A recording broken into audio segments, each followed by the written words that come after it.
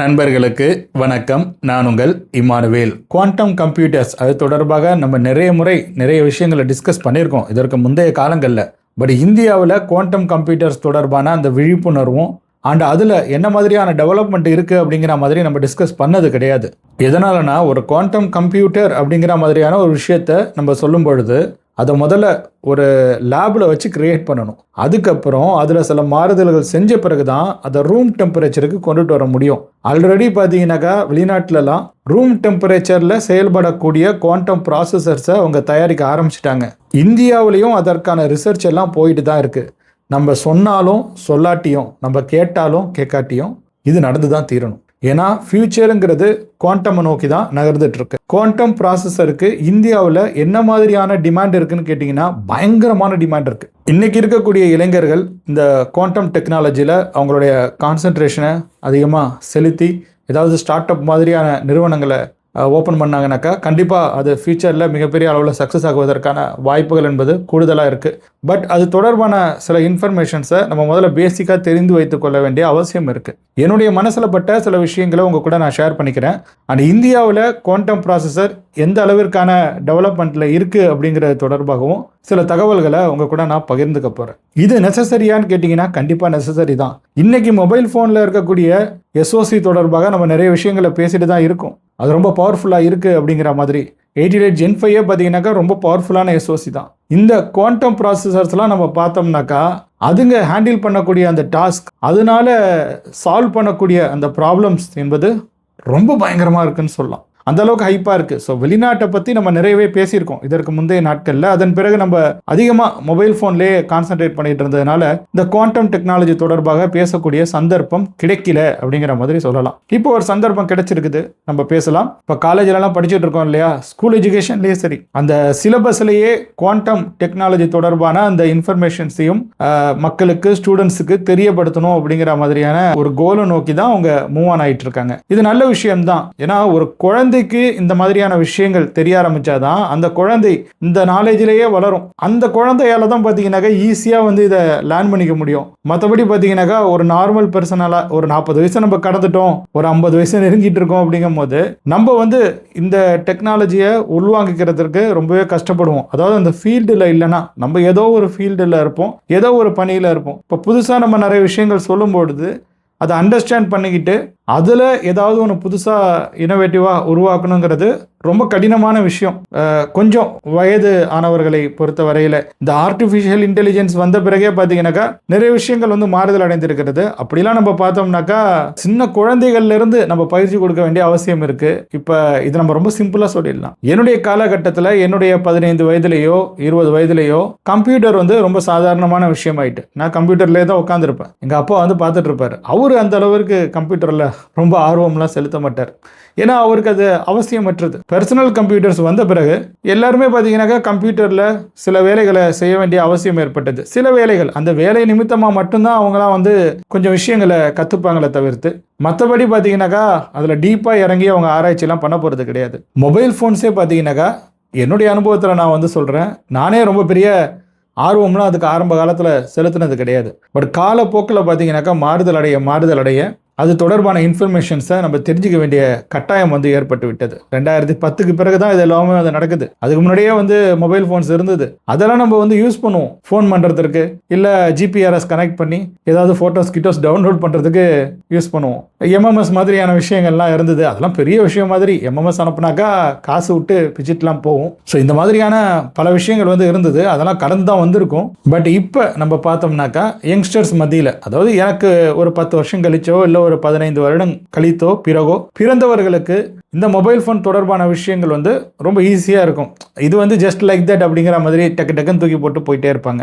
அந்த மாதிரி தான் இந்த குவாண்டம் டெக்னாலஜியும் அடுத்தடுத்து வரக்கூடிய தலைமுறைக்கு பார்த்தீங்கன்னாக்கா இது ரொம்ப ரொம்ப யூஸ்ஃபுல்லாக இருக்கும். அவங்களுக்கு இது ஒரு சாதாரண விஷயம் மாதிரி ஃபீல் ஆகலாம். பட் நமக்கு பார்த்தீங்கன்னாக்கா அது ரொம்ப பெருசு மாதிரி தான் தோணுது. சரி, குவாண்டம் டெக்னாலஜியால் இல்லை குவாண்டம் ப்ராசஸர் கமர்ஷியலாக வருது அப்படிங்கிற மாதிரி நம்ம வச்சுப்போமே. ஒருவேளை கமர்ஷியலாக அது எல்லார் கையிலையும் கிடைக்கிற மாதிரியான அந்த விஷயங்கள்லாம் நடந்துட்டுனா என்ன மாதிரியான சிக்கலை நம்ம எதிர்கொள்ள வேண்டியது இருக்கும்?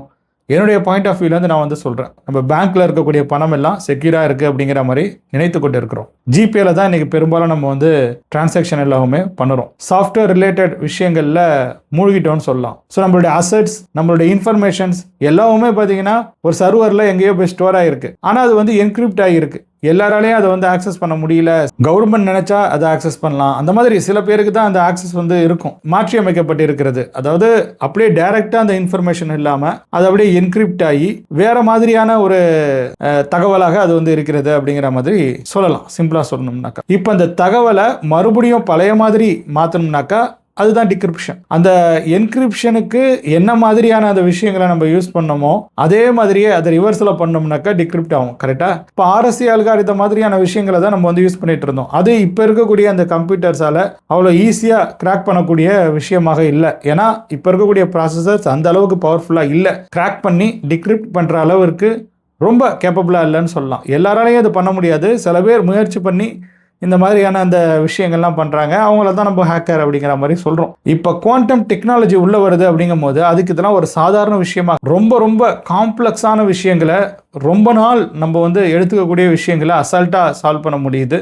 உதாரணத்துக்கு பார்த்தீங்கன்னாக்கா ஒரு கம்ப்யூட்டர், ஒரு நார்மல் இப்போ இருக்கக்கூடிய பவர்ஃபுல்லான கம்ப்யூட்டரால் சால்வ் பண்ணக்கூடிய விஷயங்களை ஒரு குவாண்டம் கம்ப்யூட்டர் அசால்ட்டாக 1 செகண்ட் 2 செகண்டில் சால்வ் பண்ணி முடிச்சுட்டு தூக்கி போட்டு போயிட்டே இருக்குது அப்படிங்கிற மாதிரியான இன்ஃபர்மேஷன்லாம் கிடைக்குது. ஸோ இப்படி நம்ம பார்த்தோம்னாக்கா அது ரொம்ப ரொம்ப பவர்ஃபுல்லாக தான் இருக்க போகுது. இந்தியாவில் அது தொடர்பான டெவலப்மெண்ட் எந்த அளவுக்கு இருக்குது? QPI-AI அப்படிங்கிற மாதிரியான ஒரு நிறுவனம் பெங்களூரில் இருக்குது. அவங்க இந்தியாவுடைய ஃபஸ்ட்டு குவாண்டம் கம்ப்யூட்டரை லான்ச் பண்ணியிருக்காங்க. 25 பீட்ஸ் கொண்ட ஒரு குவாண்டம் கம்ப்யூட்டராக அது வந்து இருக்குது. இப்போ நம்பர் ஆஃப் கியூபிட்ஸை நீங்கள் வந்து இன்க்ரீஸ் பண்ண அதோடைய பெர்ஃபார்மன்ஸும் இன்க்ரீஸ் ஆகிட்டே இருக்கும் அப்படிங்கிற மாதிரி சொல்லலாம். அதுவும் எக்ஸ்போனன்ஷியலாக. இது தொடர்பாக நம்ம ஏற்கனவே டிஸ்கஸ் பண்ணியிருக்கோம்.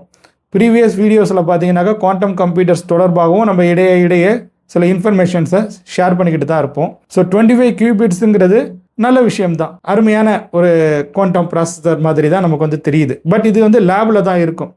நம்மளுடைய அந்த நார்மல் ரூம் டெம்பரேச்சரில் ஒர்க் ஆகிற அளவிற்கான அந்த விஷயங்கள்லாம் அதில் வந்து கிடையாது. அதெல்லாம் இனிமே தான் கொண்டுட்டு வருவாங்க. இப்போ தான் கவர்மெண்ட்டுக்கே பார்த்தீங்கன்னாக்கா இதில் ஒரு தெளிவு வந்து நிறைய முன்னெடுப்புகளை பண்ண ஆரம்பிச்சிருக்கிறாங்க. ஆல்ரெடி பண்ணிகிட்டு இருக்காங்க. பட் இப்போ கொஞ்சம் அதிகமாக கான்சன்ட்ரேட் பண்ண ஆரம்பிச்சிருக்காங்கன்னு சொல்லலாம்.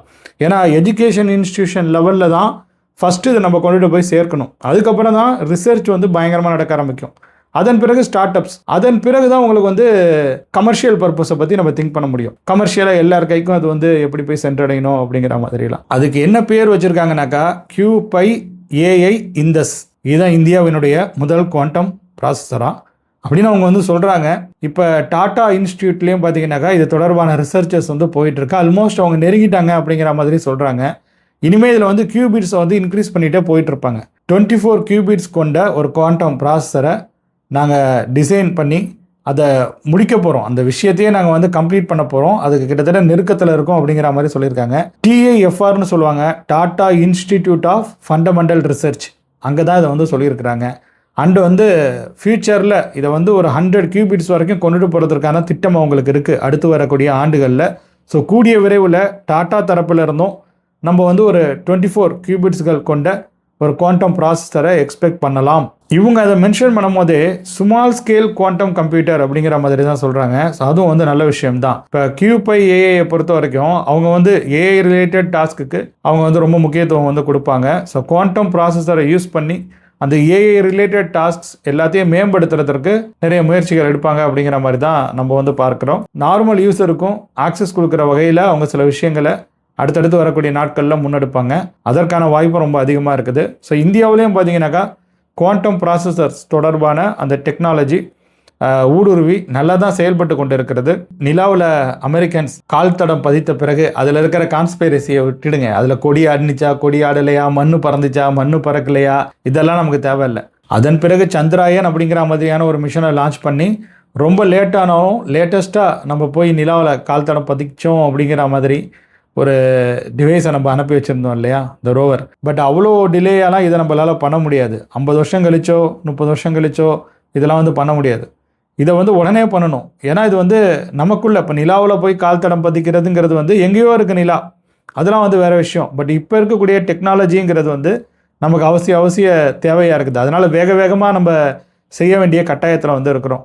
உதாரணத்திற்கு இப்போ யார்கிட்டையாவது ஒரு வெப்பன் இருக்குன்னு வச்சுப்போமே, உடனே அதை வந்து அழிக்கிற வகையில் இருக்கக்கூடிய வேற ஒரு வெப்பனை உருவாக்கியே தீரணும் இல்லையா? அது வந்து கட்டாயம் நம்மளை சேஃப்கார்ட் பண்ணிக்கிறதுக்கு. அந்த மாதிரி தான் இந்த டெக்னாலஜியும்.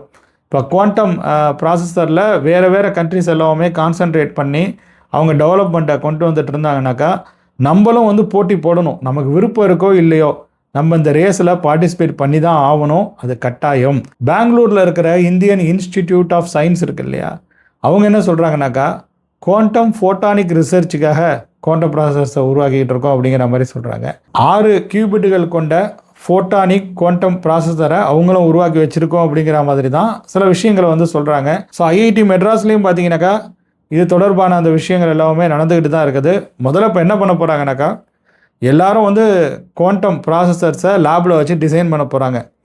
நம்ம பார்த்தோம் இல்லையா, ஒரு பெரிய ஒரு அந்த லைட்டு தொங்கும், நம்ம வீட்டிலலாம் மாட்டி வச்சுருப்போம் டாப்பில். அந்த மாதிரி ஒரு கொத்து விளக்குன்னு சொல்லுவாங்க இல்லையா, குத்து விளக்கு கிடையாது, கொத்து விளக்குன்னு அப்படியே மேலே அப்படியே தொங்கிட்டு இருக்கும், அப்படியே இந்த ஷேப்பில் தொங்கிட்டு இருக்கும் சக்கன்னு. அந்த மாதிரி தான் இருந்தது அந்த குவாண்டம் ப்ராசஸரை ஆரம்பத்தில் நம்ம பார்க்கும்பொழுது. அமெரிக்காலாம் அவ்வளோ பெருசாக இருந்தது, சைனாவிலலாம் அவ்வளோ பெருசாக இருந்தது. அதுக்கப்புறம் பார்த்தீங்கன்னாக்கா அவங்க ரூம் டெம்பரேச்சர்லேயும் ஒர்க் ஆகிற மாதிரியான குவாண்டம் ப்ராசஸர்ஸை உருவாக்க ஆரம்பித்தாங்க. சைனீஸ் அதில் வந்து பயங்கரமான டெவலப்மெண்ட்டில் இருக்காங்கன்னு சொல்லலாம்.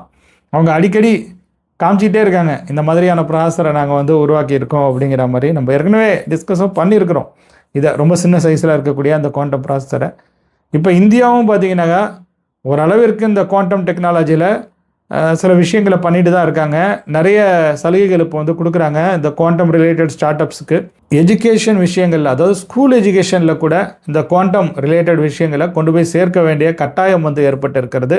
அதை தெரிஞ்சுக்கணுமா வேணாமாங்கிறத விட தெரிஞ்சுக்கிட்டு தான் ஆகணும், வேறு வழி கிடையாது. ஃபியூச்சரில் நம்ம வந்து இந்த உலகத்தில் வாழணும்னாக்கா சில விஷயங்களை தெரிந்து வைத்திருக்க வேண்டிய கட்டாயம் இருக்குது, அவசியம் இருக்குது. அதனால் இந்த குவாண்டம் ரிலேட்டட் விஷயங்களுக்கு கண்டிப்பாக நம்மளும் இம்பார்ட்டன்ஸ் கொடுக்கணும் அப்படிங்கிற மாதிரி தான் நான் வந்து ஃபீல் பண்ணுறேன். ஆக்சுவலாக ஸ்டார்ட் அப்ஸ் இல்லைன்னு கிடையாது. ஆல்ரெடி பார்த்தீங்கன்னாக்கா அந்த QPIAIன்னு சொல்லியிருந்தேன் இல்லையா, அதுவே பார்த்தீங்கன்னாக்கா ஒரு குவாண்டம் ரிலேட்டட் ஸ்டார்ட் அப் தான். அந்த மாதிரி QNU லேப்ஸ் அப்படிங்கிற மாதிரியான ஒரு ஸ்டார்ட் அப் நிறுவனமும் இருக்குது. ஸோ இந்த மாதிரி நிறைய ஸ்டார்ட் அப் நிறுவனங்கள் இந்த குவாண்டம் ரிலேட்டடான விஷயங்களுக்கு இந்தியாவுக்கு தேவைப்படுது.